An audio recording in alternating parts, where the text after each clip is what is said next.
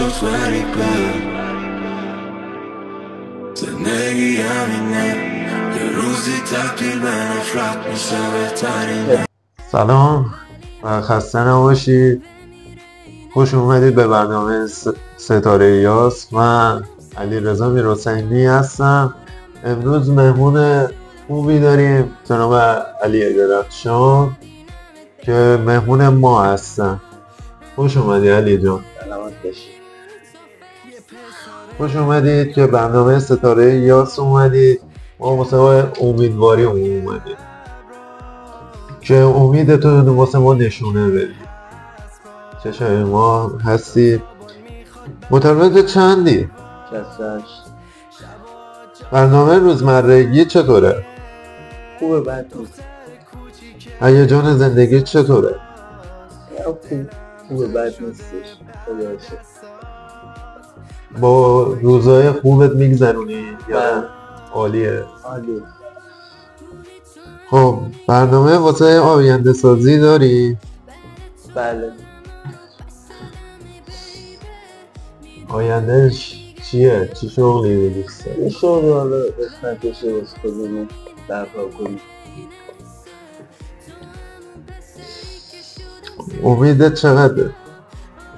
زیاده. دنیای دل شیرینه چقدر؟ شیرینه. شیرینه مثل چی؟ ترسشی. استرسی هستی؟ استرسی که همه دیگه دارن به اندازه خودشون دارن ما هم از چیزی بدت میاد؟ نه. کسی تو دلت بوده؟ بله. خوشت چقدر بوده باش؟ خودشون خیلی زیاد بوده ولی گذاشت رفت دیگه. بسوزد پدر عشق که از دل میگذره و میره.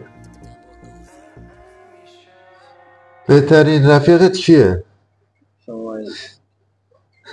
مطمئنی؟ چقدر به خانوادتو دوست داری؟ 100%. علاقه خاصی بهشون داری؟ خیلی. خیلی خوب. علی جان مطمئن برنامه آینده سازی داری؟ بله. چه آینده یا بیشتر تجربه خاصی داری؟ یه آینده که واسم بسازه دیگه. با خوب و بدش بسازه. علی جان میخوام واسم یک شعری بگی، شعر عاشقانه واسه بینندگان عزیز بگو. علی جان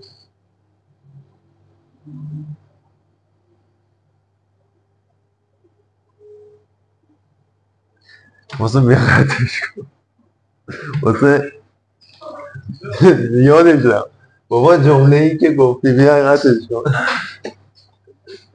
سلامتی کسی که تو دلمون هست ولی الان کنار ما نیستش. بابا آخر سر گفتی که بیا برش بدم. خیلی خوب. بینندگان عزیز، بسوزد پدر عشق که خاطر خوش خوبه ولی دنیای شیرینش تلخ، مثل مانند قهوه تلخ. خوشحال شدیم علی جان. از برنامه ستاره یاس راضی هستی؟ بله. خوشحال شدم که دیدمت، که من پیش ما اومدی، چشم ما هستی، مهمون خوبی بودی. بینندگان عزیز، عشق درده، واسه همه تجربه است. ما سعی میکنیم که با خوبیاش بریم، با بدیاش بریم، که ایده های دیگه، تجربه های زیادی بر ما ارائه بده. ولی سعی کنید عشق واقعیتون رو پیدا کنید. عشق الکی و فایده نره. ضربه میخورید و ضربه روحی، ضربه دلی. فعلا چشای ما هستی. خوش اومد.